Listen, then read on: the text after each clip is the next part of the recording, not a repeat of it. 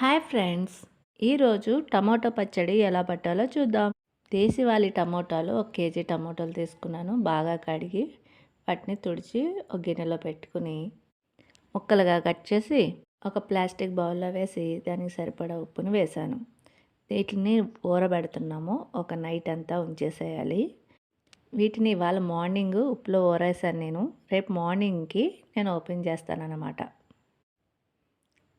ఇలా ఊరబెట్టుకున్న ఈ ముక్కల్ని ఒక జాలీ లాంటి గుడ్డలో వేసి వాటర్ని తీసేసి ముక్కల్ని విడిగా తీసేసుకోవాలన్నమాట. ఇలా చూపించిన విధంగా ముక్కల్ని వాటర్ లేకుండా బాగా పిండేసేయాలి. ఇలా వచ్చిన టమాటో గుజ్జులో ఒక 50 గ్రాముల చింతపండు వేసుకున్నాను. ఇది బాగా నానిన తర్వాత మెత్తగా పిసికి డైలీ ఎండలో పెట్టాలి. ఈ టమాటో ముక్కలను కూడా డైలీ ఎండలో పెట్టాలి. కానీ నేను తొందరగా అయిపోతుందని ఎయిర్ ఫ్రైయర్లో ఫ్రై చేసాను అన్నమాట.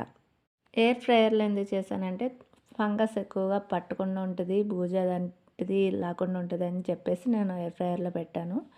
చూడండి, ఇలాగా మనకి ఎండబెడితే ఎలా అవుతాయో అలా పొడి కింద అయిపోవాలి. చూడండి, నేను చూపించిన విధంగా అలాగా ముక్కలు ముక్కలుగా అయిపోవాలి.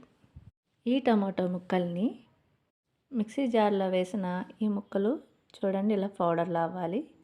ఈ పౌడర్లో మనం ఎండబెట్టిన గుజ్జు, దగ్గరగా వచ్చిన గుజ్జును కూడా వేసేసుకుని ఈ టమాటాల పౌడర్కి టమాటో గుజ్జుకి బాగా కలిపిన తర్వాత కొంచెం మెంతులు, ఆవాల పౌడర్ని వేసి పచ్చికారం కూడా తగినంత వేసుకుని బాగా కలిపి ఇప్పుడు తాలింపు కోసమని కచ్చాపచ్చా చితగొట్టిన వెల్లుల్లి రెబ్బలు, ఎండుమిర్చి, అలాగే మెంతులు, ఆవాలు, కరివేపాకు కూడా వేసుకుని చల్లారిన తర్వాత ఈ నూనెని ఈ మిశ్రమంలో వేసుకోవాలి.